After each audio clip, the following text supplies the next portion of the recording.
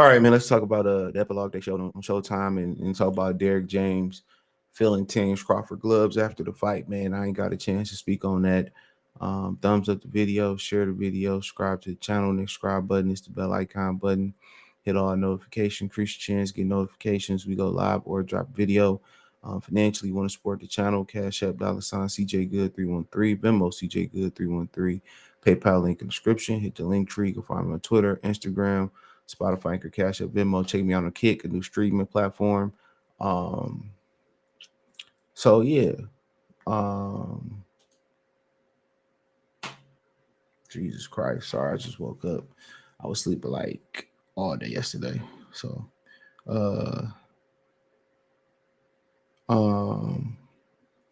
but yeah, I mean, I watched the epilogue and Earl Spence, people was sick. His sisters was sick. His mama was sick. Really didn't show much of the daddy or whatever. He always kind of got a stoic demeanor. And that's kind of how you got to be, man, through all situations. It's one thing that he mastered. I got to give him that. And obviously he did a great job as a father, but yeah, I mean, shit. He talking about we telling his son we got to do it again. His son was kind of looking at him like, nigga, is you drunk? You want to go get your ass whooped again? That's how his son looked at him. His son looked like, are you serious? He had to put his hands out for his son to get him that. You want to go through that again? And at the end of the day, most people won't understand, it's about being a fighter. It's about being a fighter. That's your natural instinct. It's like as you should be a regular masculine man. When your family in harm, that's your job to jump out. It's not even a thought. It's to jump up and protect. It's like your dog. You got a dog that protect the house. Guess what his natural instinct is? It's to jump in and protect. Right? Them dogs put their life on the line if you train them. That's what they naturally, that's what they naturally supposed to do. That's what they naturally supposed to do. So, like I continue to say, bro, that's your natural instinct as a man. A lot of people didn't forget what a man is because you got so many mothers that want to be single mothers by choice, or the government that drive the man out the house, whatever. But that's supposed to be your job. But it's to get back in there, and I respect that from him. Immediately won that rematch. Now he might have different thoughts about the rematch once he sit back and think about it, and Al Heyman, talk to him about not doing it or whatever, or should you not do it? Yeah, he might have different thoughts on it then, but for the most part, what I really took from it, I ain't gonna spend a lot of time on it. What I really took from it was they really thought Terrence Crawford was all hype. That's what I took from it. They really thought Terrence Crawford was a game. They really thought Terrence Crawford was a joke. They really believe he didn't fight nobody, or they acting like that. They really believe that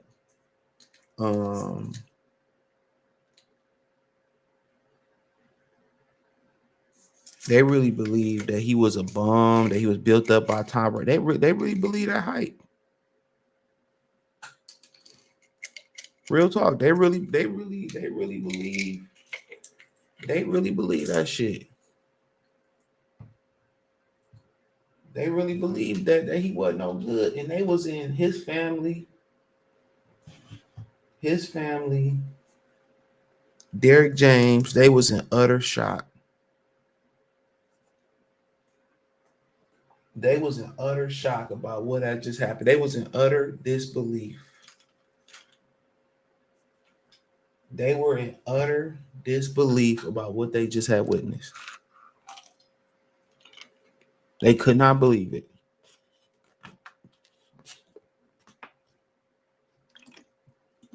That was the crazy thing about the epilogue. They was in utter disbelief. They could not fathom what just had happened in the ring.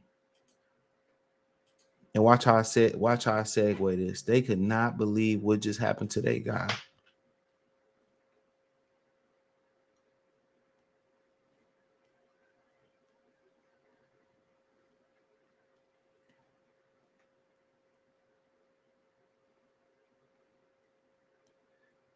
You know what I'm saying? They could not believe what happened.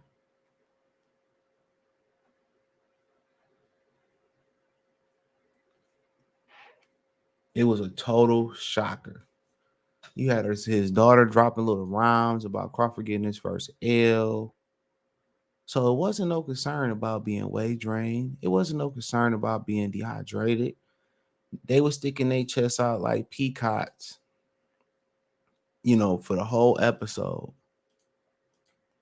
For not the whole episode, for the whole lead up to this fight, on and off camera, they were sticking their chests out. There was no concerns that Earl wasn't gonna win. It wasn't no concerns about him stepping into the ring. You know what I'm saying? None of that. Charlo was amped up. Adrian was amped up. You know what I'm saying? All them jokers was amped up. Ain't nobody had no concern about him winning. They all thought he was going there and pummel Terrence Crawford. You know what I'm saying? They all thought he was gonna go in there and pummel Terrence Crawford. That's what they thought.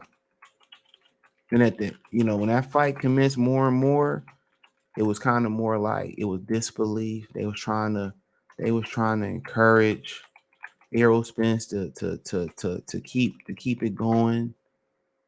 You know what I'm saying? They was in shock. Come on, Earl, you can do it, Earl. I know you can. Excuse me, I know you can. They were a little tink in there. Excuse me. I know you can do it, Earl. Then it turned into a concern. His mama said, well, I'm going downstairs to the ring to get my babies. She said, I tell Earl before every fight, protect himself. Yeah. He better have protected his neck. You better protect your neck. I smoke on the mic like smoking Joe Frazier, the Hellraiser. Come on, man. And you know what the cherry was on top was? It was when Derrick James grabbed his gloves to see if the patent was removed, to see if it was egg weights in there, see if it was foul play. After the fight, he couldn't believe Terrence Crawford. He really believed. These fans really, and his eye for boxing really had him believing that Terrence Crawford was a joke. He really believed Terrence Crawford was a joke. Think about that for a minute. They really was believing Terrence Crawford was a fucking joke.